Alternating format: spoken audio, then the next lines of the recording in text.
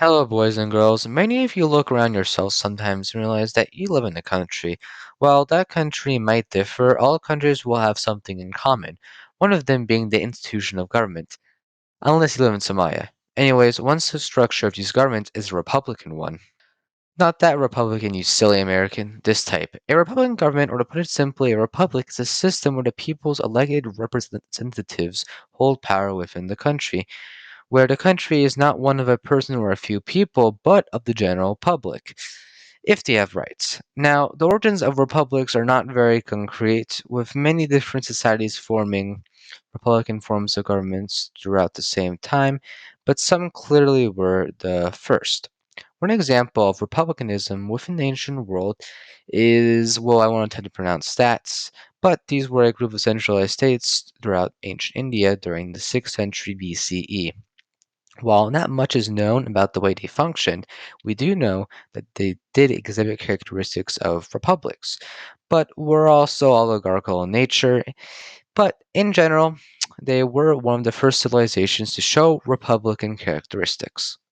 While there are many other examples of republican forms of government throughout this period, by far the most important is the actual creation of the word we have been forced to use so far.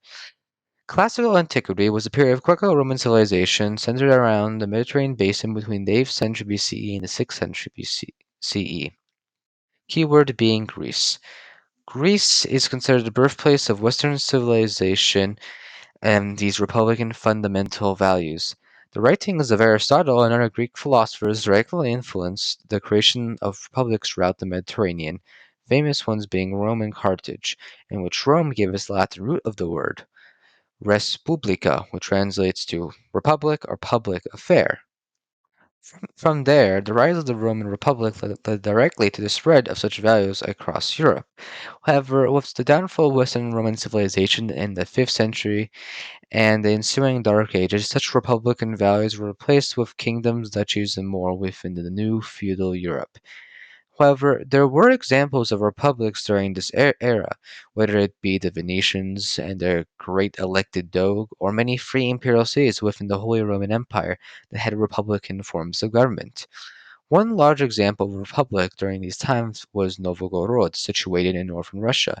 It was one of the many states that came out of the dissolution of Kievan Rus, and at their height they were a powerful republic with a government that was quite ahead of its time compared to most of Europe, where people elected their leaders. I mean, how crazy is that? However, as you clearly see today, Novgorod did not last. These, of course, are a few examples with many more. However, the time where Republicanism really started trending among the cool kids was during the Renaissance, a time of connecting with the old and rediscovering the lost knowledge of Rome and ancient Greece. During this time, especially in places such as as the Italian peninsula, people would reconnect with ancient philosophical ideas and more. The works of people such as Niccolò Machiavelli and later John Locke influenced ideas of republicanism, liberty, and democratic values that we see in our modern society today. Soon, these ideas would spark little known events such as the American and French revolutions, which would be the first eventually inspiring and causing many nations to adopt republican forms of government. This eventually led to the revolutions of 1848, which saw a widespread revolutionary wave throughout Europe, demanding an end to the status quo of European monarchies and under institution of a bygone era. While these revolutions were not all successful, they did have their mark, effectively influencing the unifications of Italy and Germany. From there, the ball got rolling, and over time, republics or countries with republican governments became more and more common on the world stage. Eventually, there would be government changes in Asia, Latin America, and more, effectively solidifying the Republican ideals in many parts of the world. A couple of world wars later, and following the dissolution of the USSR, we find ourselves in the modern world where Republican governments have been for a while the status quo of the developed and for the most part developing world. We enjoy personal liberties and democratic values brought on by such Republican forms of government. Thank you for watching.